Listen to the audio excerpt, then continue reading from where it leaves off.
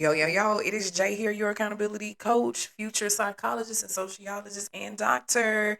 It is my life's purpose to get Black people to mentally unplug from this patriarchal system of white supremacy. Welcome to the first episode of the Lovely Perspectives. Every Thursday or every other Thursday, depending on how frequent, I will be posting very quick advice giving videos to those who submit questions in the link below. Okay, it's going to be linked below. Very quick. It's very anonymous. Tell me how you feel about things in life, what questions you have. If you just want to make a comment and you want it to be shared and platformed, submit. It can be a comment about me. I might or might not read it. It could be a comment about the world. It can be a comment about your love life. It can be a comment about just giving people good advice. No matter what it is, just submit something to me.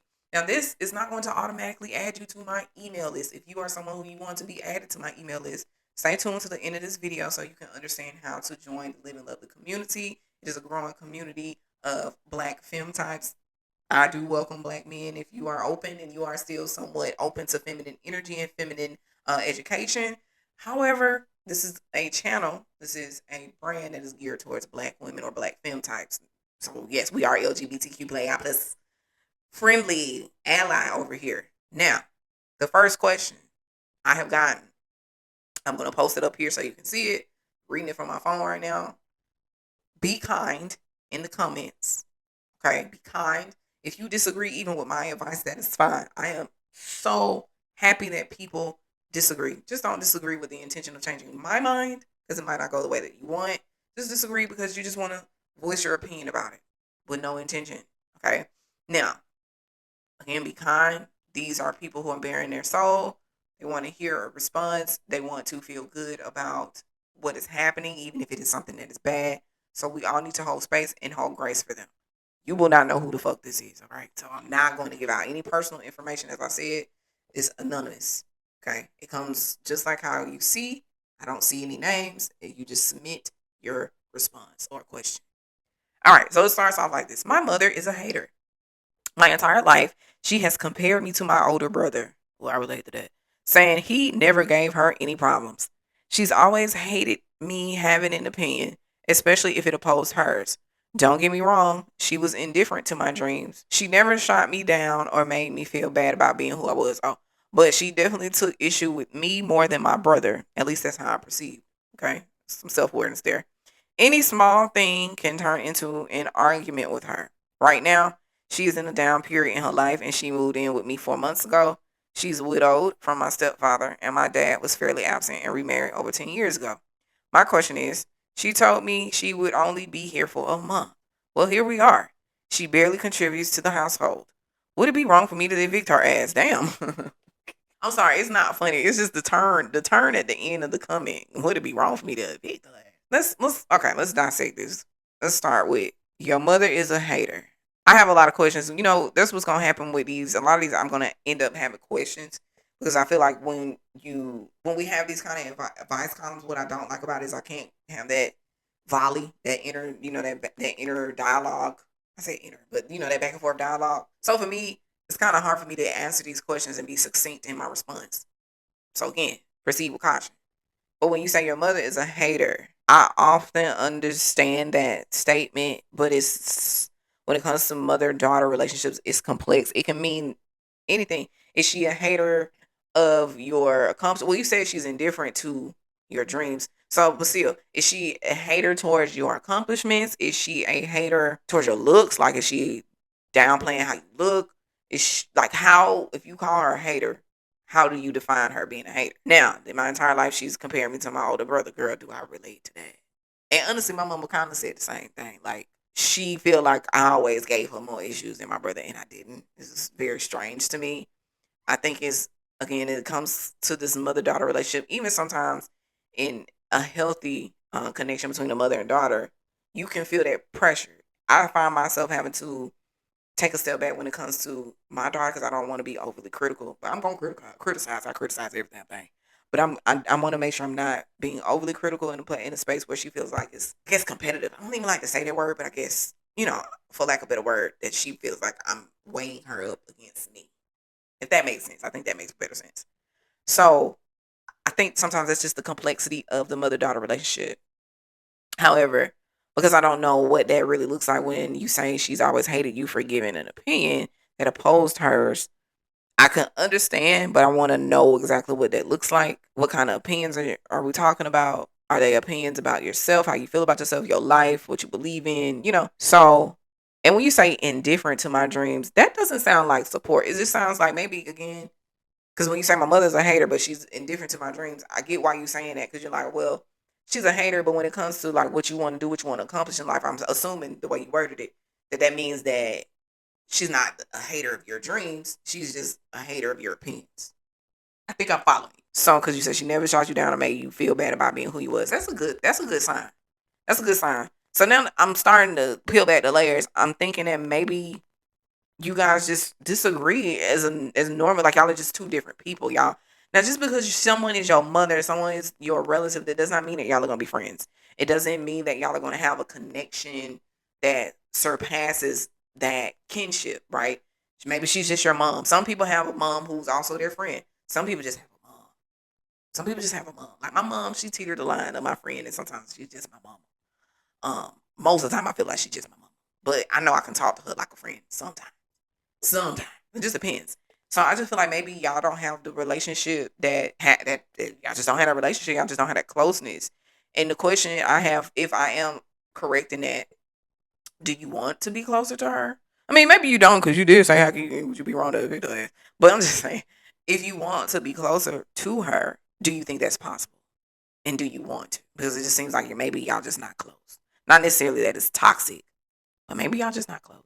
And then there always is this complexity because you get to see how your mother interacts with your brother. Again, I relate, and how you think it's preferential treatment, which it might be. I'm not saying that it's not, because, and the reason I'm saying, you said you perceive it that way. So I'm thinking that maybe you had conversations, maybe with your brother, or maybe you had conversations with your mama, and maybe they offered you some perspective to let you know that no, there was not favoritism. They could be lying. I mean, they could be not understanding, or they could be gaslighting. It could be all of the things, right? But something is telling me that you kind of know that maybe you might be looking too deep into it, because you say the way I perceive. I might be looking too deep into it, and I apologize if I am. So you saying any small thing can turn into an argument with her. Again, questions. I need examples. You say she's in a down period in her life and she moved in with you 4 months ago. Widow. So down period, does that mean like she lost a job? She lost your stepfather in that time? I know you say your dad is fairly absent. It's a lot. It's not like a lot going on. This is just typical life, but it's a lot to consider here when it comes to your connection with your mother, because oh my God, mother relationships, no matter if it's male or female, her son or her daughter, it's so weighted. Especially if she had you with a man that, number one, she's no longer with, and number two, he decided to be absent. It can come off resentful towards you because she's mad at your father. She might be resentful. I will never say one way or another. I don't know. Like I said, I'm just going by what I'm saying with this one, two little paragraphs. But a lot of times we think it's resentment towards us as the children, and it's just resentment towards your father, and you're just an extension of the dad. I know it's kind of fucked up when you think about it, but that it's true. That's a lot of times that how a lot of mothers view their children. Now, that being said, it could be subconscious that she's doing that. So she might not be intentionally or purposely being contentious towards you. Now, overall question about you evicting your mom. If you're going to evict your mama, do it the right way. And this is what the right way is this. Have a conversation. I know you might have already had a conversation. Consider family therapy, family counseling. I think that's very important. You and your mom primarily, and sometimes you bring your brother in just so you can discuss the dynamics of those relationships and the differences in how you might feel like it's been preferential treatment. Evicting your mother, again, conversation. I don't care if it's a conversation you are repeating. You need to talk to her one more time. You need to tell her how uncomfortable that she is making you in your own home, and she is literally a guest. Now, I know this can go a lot of different ways. I don't know your mom. But if you got the typical black mama, and I'm assuming you're a black person because most only black people are on my email list. I'm assuming that your mama might be the type, hey, I brought you into this world. I gave you life. You owe me. Because a lot of black parents of a certain generation think that we owe them for our existence. Nah, I'm going to give to you. It's biblical. I didn't ask to be here. You did the act. I am the result of that act. You got blessed, not me. life is a blessing, but virtually the blessing was for you. That being said, she might throw that up in your face. She might try to guilt trip you because how dare you tell your mother she needs to move out of your house when you lived with her rent free for your whole life, type shit. So I say that to say, do things the right way, converse with her, see how that conversation goes. Tell her, give her a time limit and a firm boundary. Look, mom, I will give you 2 more months. I'll give you, I'm about to say 6 more days, the same thing. I'll give you 6 more days. I'll give you 90 more days. I'll give you a month. But mom, I need you to really be trying to move out of here because you told me you was only going to be here a month. 1 month has turned into 4, and eventually 4 months will turn to a year. You told me you was going to move out in a month. What's the hold up? What's going on? What's the status? I just think that you and your mom need to work on your relationship in general, however way that you can. I know I've talked about this. I haven't talked about it in the public eye for real. I think I had this conversation in private recently, where when you think about family relationships, you got family relationships, you got friendships, and you got romantic relationships. Working relationships falls somewhere in the friendship zone, right? It's different, but it's still somewhat the same. The relationship dynamic of a romantic relationship, a friendship, even a work relationship can change almost in an instant. The dynamic between family, someone you are related to, it is one of the hardest dynamics to change. Want to know why? Because it's almost set in stone immediately. Soon as you were born, especially when it comes to your parental relationships, that relationship was kind of set. Not necessarily that it can't be changed because free will is a mug, but because it can't, it's not going to just off the bat be something that you can change because you come into the relationship. You come into a pre-established relationship. I know that sounds crazy when you think about it because you're born, right? You're a baby. You have no control over how your parents or anybody for that matter is going to treat you. You have no control over that as a baby. You have no control over how people treat you in general, but as a baby, for sure, you have no control over that. So whatever relationship that you are going to have with your parents is already kind of predetermined. It makes it more difficult when you get older and you become more aware of how you navigate that relationship as an adult. You grow and your brain matures and you mature, hopefully, and you start to see, oh, this is our pattern. I don't know how to break that pattern because it requires you, number one, recognizing that pattern, two, wanting to break that pattern, three, enduring the work that it takes to break that pattern. The difficult part is the first three things that I said, which is basically all of it. They have to understand that there's a pattern there that is uncomfortable, and they can't recognize the pattern from one direction. Because a lot of times, especially older people, the parents, they looking at you. You're the reason this is that way. But you have to break it down to them, like how I said, no, I was the child. Whatever relationship we have between each other, you predetermined that. It was pre-established before I fully even understood who I was as a person. So I'm asking you, can we work to change this? It might be harder for you than it is for me, but I'm willing to do the work. That's what you have to tell your mama. So in so many words. Will she do it? I don't know your mama. If she anything like my mama, she might try. But once the work start getting too hard and the accountability start feeling like pressure, she might bow out. And then you just know who you dealing with. You just know, my mom might be a little bit more emotionally immature to me, and that's okay, than me rather, and that's okay to find out because I found that out. And once I fully realized, oh, my mother is a little bit more emotionally immature than I am, I know how to handle her a little bit better. I know not to expect more from her. So maybe that's how you need to navigate your relationship with your. Now, again, everybody, if you listen to this, if you picked up something, you want to put in your own input in the comments, I welcome that. If you want to submit your own questions, commentary, again, the link is below. Follow the guide in this next the next portion of this video, so you can follow along to see how you can submit. I will give you guys visuals on my website so you can know how to find the link and everything else on my website. If you support this channel, if you support what I'm doing, especially the lovely perspective, again, every Thursday or at least every other Thursday, just check out Thursday's content. It will be geared towards this advice column Tuesdays. I will give y'all my regular everyday content. If you are looking for any of my uncut, unedited, explicit, all the way through content, you can find it also on my website. Pay attention coming up so you can find out how to navigate everything on my website, from my lovely life school to my content to this advice column. Love y'all, and I'll see you on the next one. Hey, Lovely, I know you haven't left yet, right? Don't you want to join the growing Living Lovely community? Just click on my website, livinglovely.com, in the link below.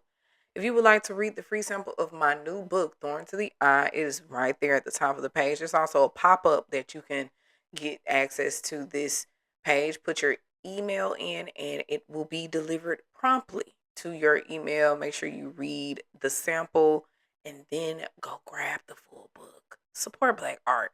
All right, so what is Lovely Life School? Lovely Life School is an abundance of courses created by yours truly, J. Lovely, on how to think like a boss, manifestation for the elevated Black woman, and the free mental marketing mastery. Yes, it's free. Click on that link.